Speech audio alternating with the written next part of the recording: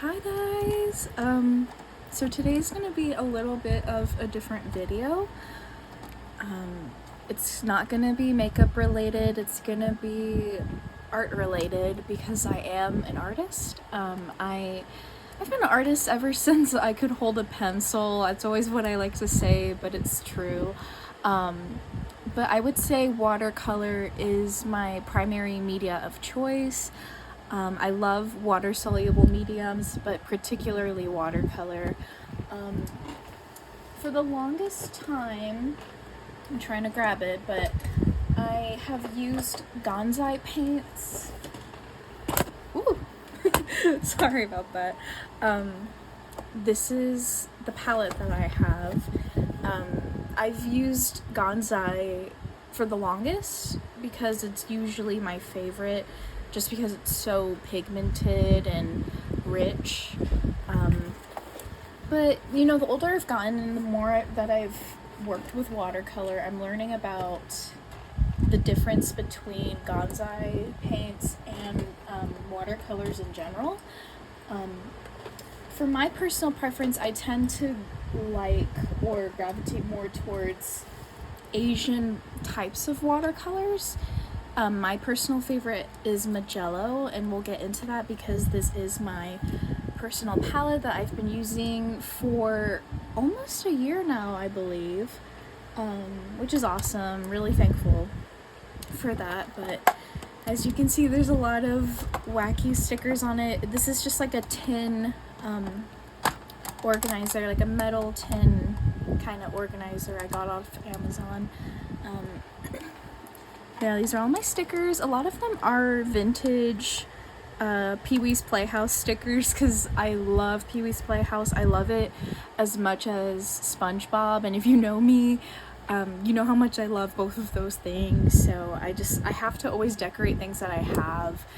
It just makes me happy. So, and I did do my nails recently, so they're very long. I haven't worn press-ons in a really long time, but this color that I'm wearing is Rock Bottom by I Love Nail Polish. This is my favorite brand at the moment. I love this color. It's one of my favorites. But this isn't about nail polish, this is about watercolor, so we'll kind of get into it. Hopefully you guys can see it okay. Yeah, I think you can, for the most part, tell what's going on in here. So as you can see, I don't even know how many colors are in this palette. I think I need to count. But there's also like these wells on the side. I use them to hold extra paints. I usually put colors that I'm like experimenting with on this side. I change these out really frequently because it doesn't hold as much paint as the half pans. And then I use these wells for mixing. Yeah. Okay, so I did do the math.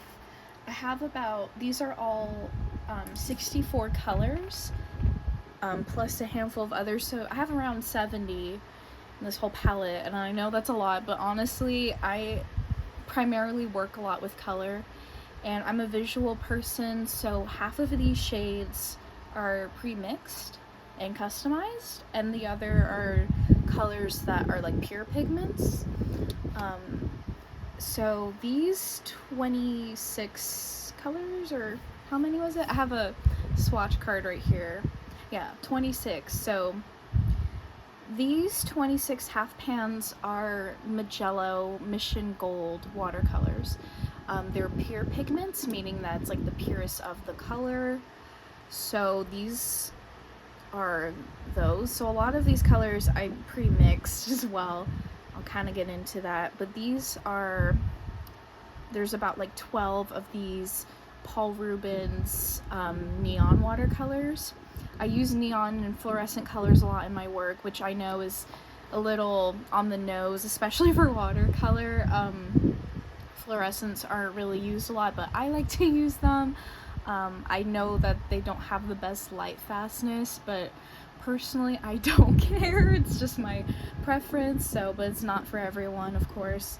And then I have these are also 26 colors, so I just made these recently. I've had a lot of these pastel ones for a while. Most of the pastels are mixed with a, I believe it's Holbein, let me check. I have another swatch sheet. I just recently reorganized this palette. Yeah, so, oh, I actually don't know, but I don't remember the brand that I used, but I did use a different brand of white for the watercolors. I believe it's Holbein, but the shades that I just made, because I made a handful, newer pastel shades, like these, all 4 of these are new. I used my, where is it? I feel like I keep grabbing stuff, but I definitely used my M-gram gouache. I used that to mix those colors. And if you're wondering how well mixing white gouache is with watercolors, because I looked into it, I feel like not a lot of people do it. Here are some swatches that I did. So this is a pink that I have that I mixed with a white watercolor, and this is one that I just made with the Holbein, or not Holbein, sorry, M-gram white gouache.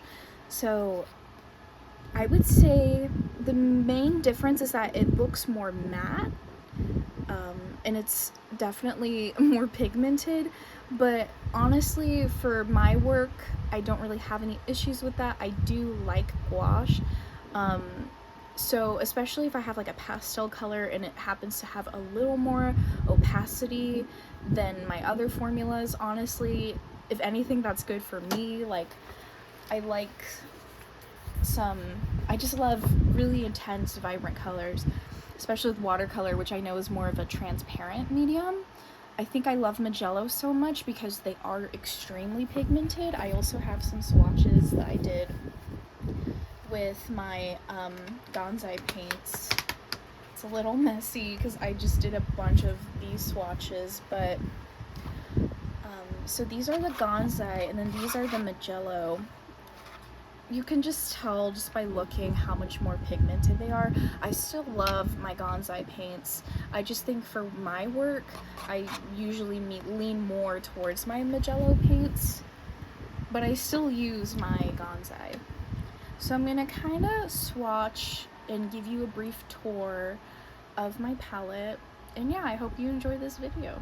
So for this video, I will be using this Moleskine small travel size watercolor sketchbook just to swatch colors, or to swatch the colors. I think I'm more so going to go into the custom shades that I made, because I'm sure there's plenty of videos showing what the 26 set of Magello Mission Gold watercolors, like what they look like, the pure pigments, and I think I've seen some videos with the Paul Rubens neon colors, but these are some swatches of all the colors. I did it in a really small sheet of paper so I could slide it into my well in my palette as so, or like so.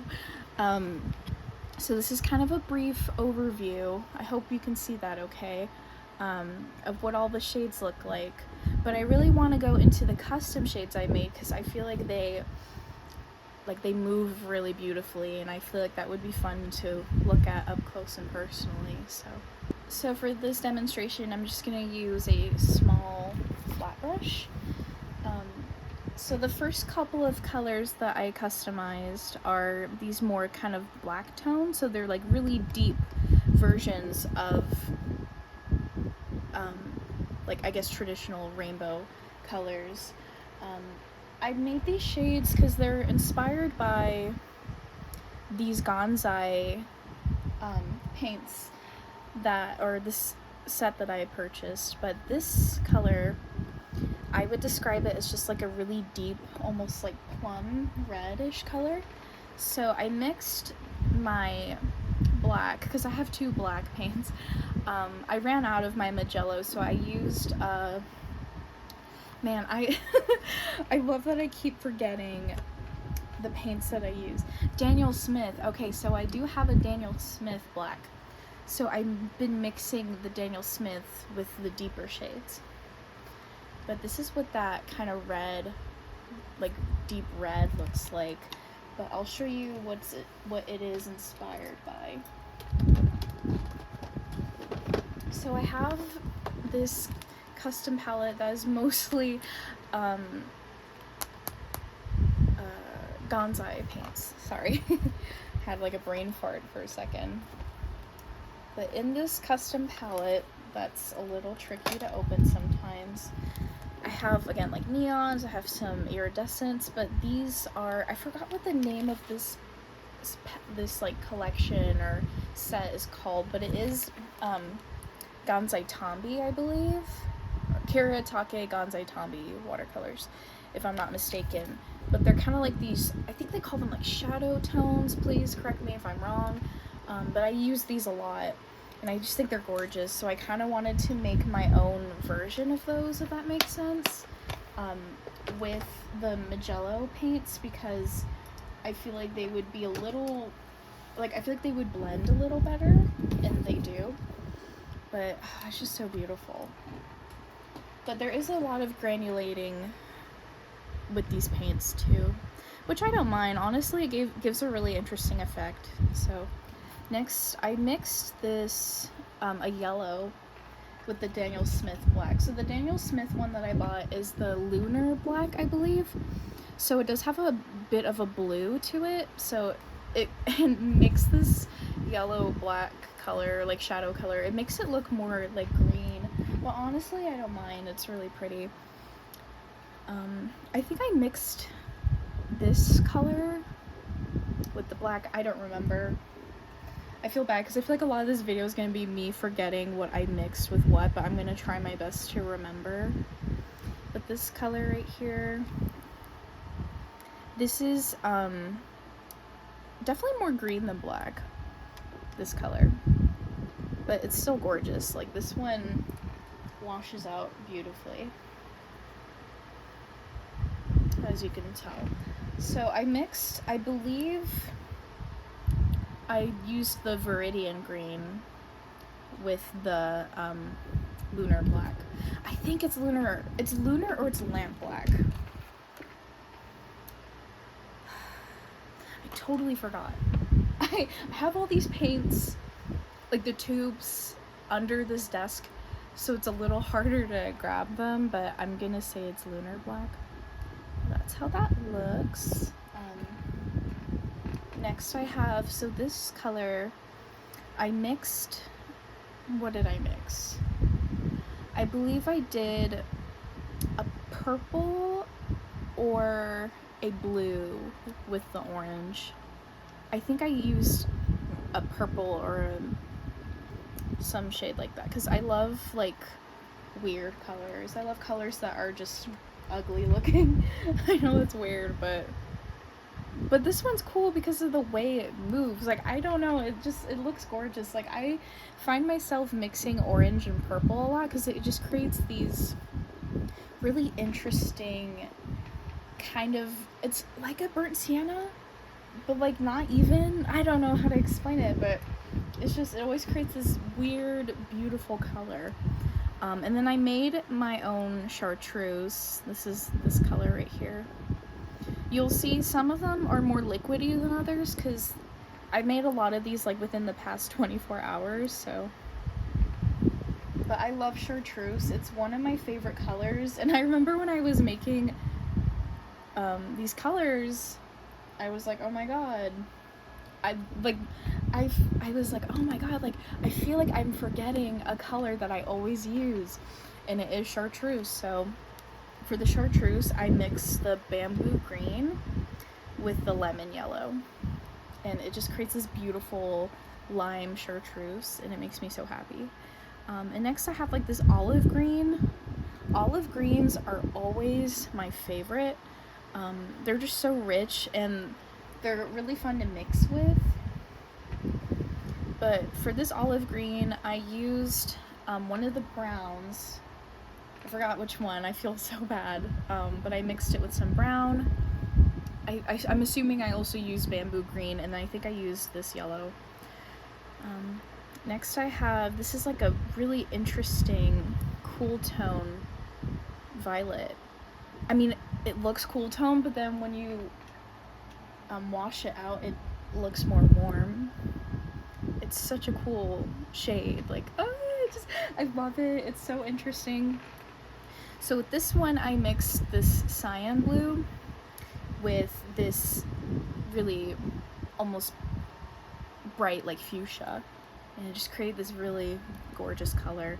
Oh, and then I love this one because it's like a teal peacock green blue color, so it's really rich when you first apply it, but my favorite is when it blends out because it just looks so rich.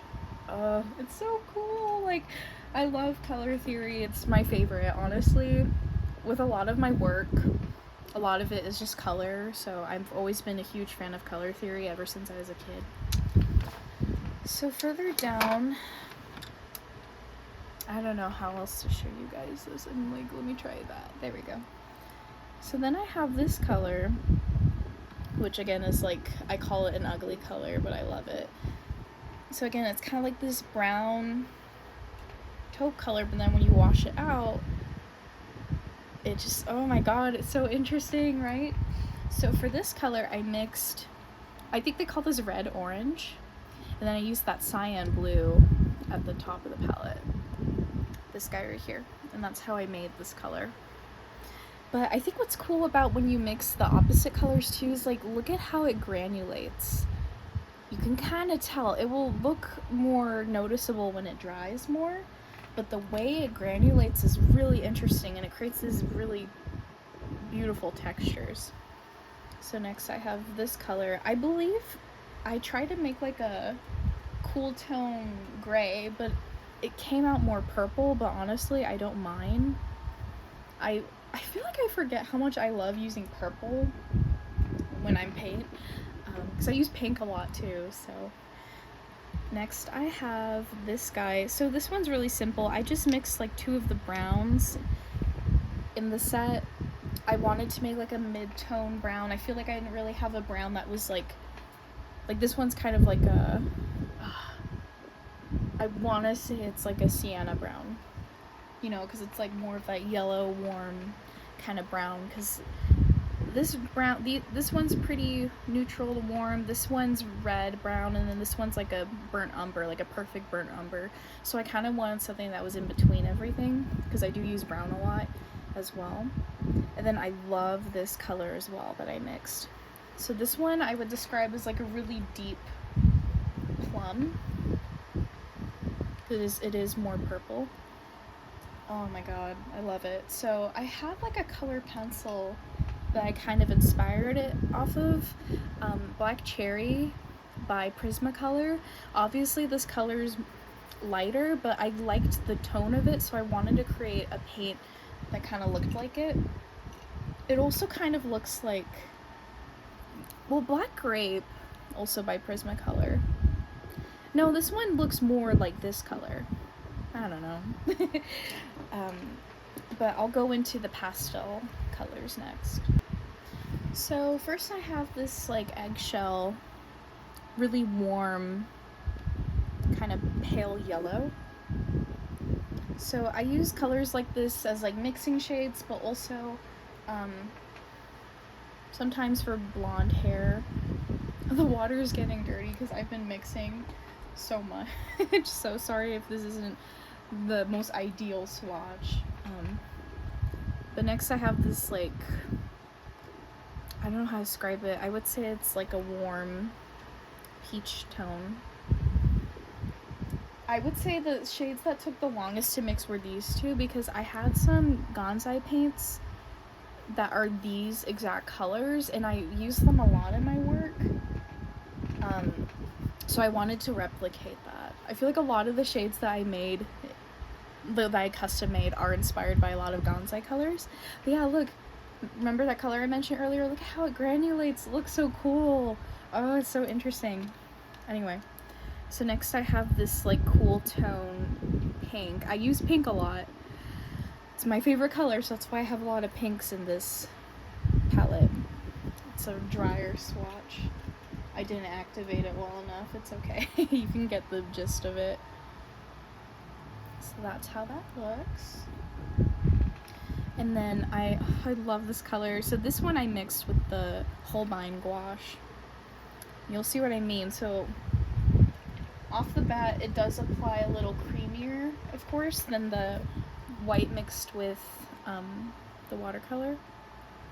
Or the white watercolor mixed with the white watercolor. But white gouache and watercolor, it's a lot more pigmented, obviously, but it almost behaves like a Gonzai. But it's not as, I don't know how to explain it, but like, I guess waxy. These are just creamy. But look at how pretty. I use colors like this all the time. That's why I had to make a color like that. And then I have this guy. A lot of the pastels are inspired by Holbein paints. Like, I know Holbein has a lot of like pastel colors. And there's a couple artists that I follow here on YouTube that have color palettes with those colors, and I'm really inspired by that because I use colors like that in my work as well. But I love this color. It's like I call it like a cherry blossom pink. It's super like cool tone and light. And then I have like this peach, like this salmon peachy color. This one's heavily inspired by a Holbein color.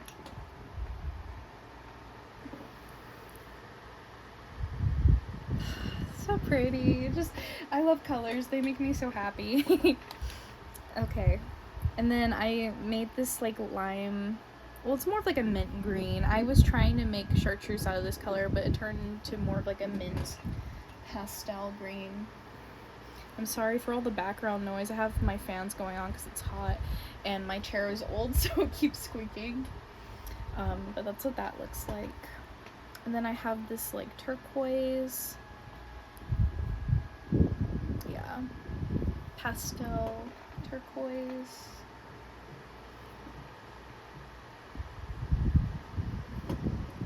Beautiful. And then I call this like cornflower blue. This is one of my favorite colors as well. I use colors like this a lot in my work. It's just one of my favorite colors. I don't know why. It makes me so happy. I think it's because it's, I don't know. I wouldn't say it's, I feel like it is like more of a cool tone blue. I don't know. Or maybe neutral. I just love it. And then I have this warm purple pastel, which you can't go wrong with. I love pastels. I do use them a lot in my work. But you can see how much more transparent, obviously. They're watercolors, of course, they're going to be more transparent, but I'm not mad at how the white watercolor mixes with the white gouache, excuse me, how it mixes with the watercolor. It still looks really pretty, in my opinion.